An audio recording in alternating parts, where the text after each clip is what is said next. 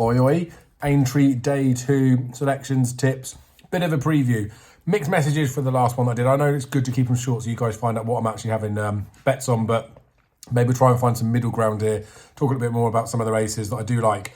Again, thanks for all your support. I'd love it when you comment on there. Let me know what you fancy and ins and outs or things you've heard.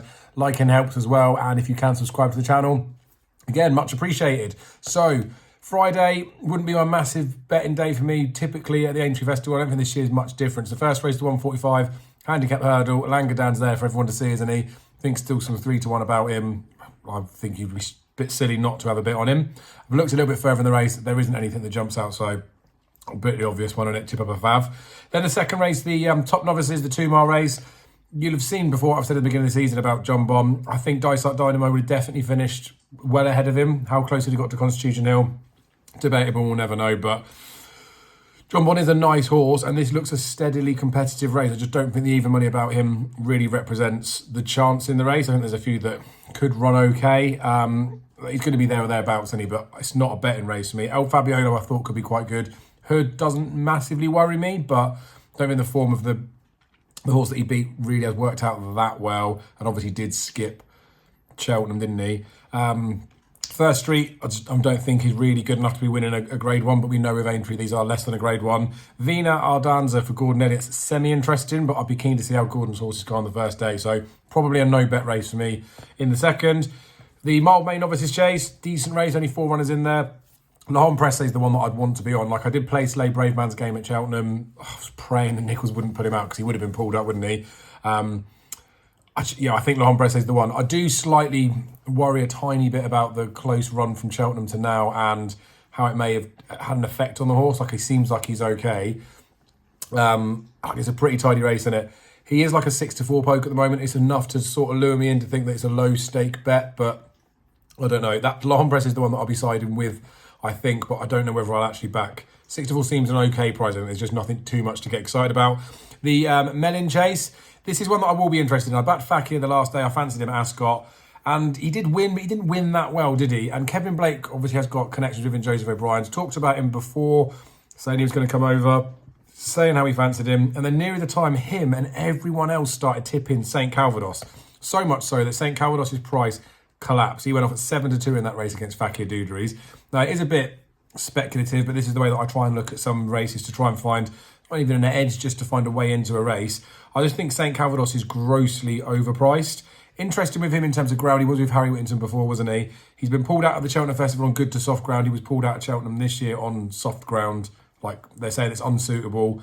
The horse doesn't necessarily need a bog, I don't think. Probably does want some rain to come, but like, I think they're going to run him. If there is a bit of rain, which does look like it's forecast to come, then I just think his price is going to shrink. He's a 12-1 poke. There are obviously horses in here with lots of chances. I think there's a good bunch of 160s horses in here.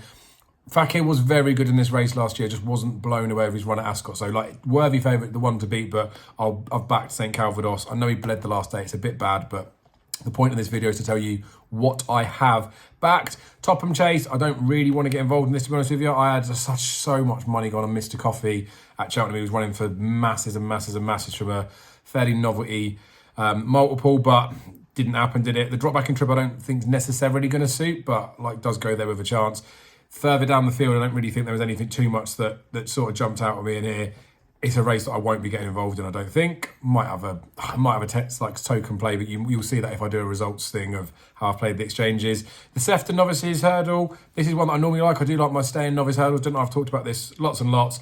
There isn't really one in here that I do want to get stuck into, to be honest with you. So not much more I can say than that, I'm afraid. I'll be leaving it as it is. Banbridge for Joseph O'Brien did look pretty smart. I just fear that he might not be as good as that last run. It's like a bit of a trust issue with him, I think, more than anything. But like 3-1 about him, like if I get nearer the time, he may be the one that I'd sort of lure into. Depends on his price. If he starts to drift because of support for other things, he goes forward to one a bigger, I'll probably have a little bit of a each way muggy bet on him. Then there's a conditional handicap hurdle at the last, conditional jockeys and amateur riders. I don't really like anything here. The one that I was lured into a tiny bit was Marine One. Now it's a massive layoff, 537 days. Don't want to be rude, but like a dodgy conditional jockey on there, hasn't had too many rides. I wouldn't think this horse should be able to win off of such a big layoff, but I do think Marine One is very, very interested to keep an eye on. When he won back in the last season, he beat a couple of horses that have been quite progressive. Pisca Pike was one of them. So Marine One, I'll be keeping a massive eye on. The fact that he's 20s will probably be bigger on the day. I will have a bet on him on the exchanges just for the sake of it. Maybe sticking like a little in-running lay on him, but nothing to bet with confidence in that race. Marine One is one to definitely keep an eye on. I have quite a few fancies for Saturday. Need to see what final declarations are, so I'll do another video for that. Obviously, I've already put the tips up for Thursday. I don't know why I keep doing inverted commas. They are the ones that I've backed. Yeah, so go check those out. Be lucky, as I say. Thanks for your comments, your liking, and your subscriptions. I do really appreciate all the support. And I will see you again tomorrow.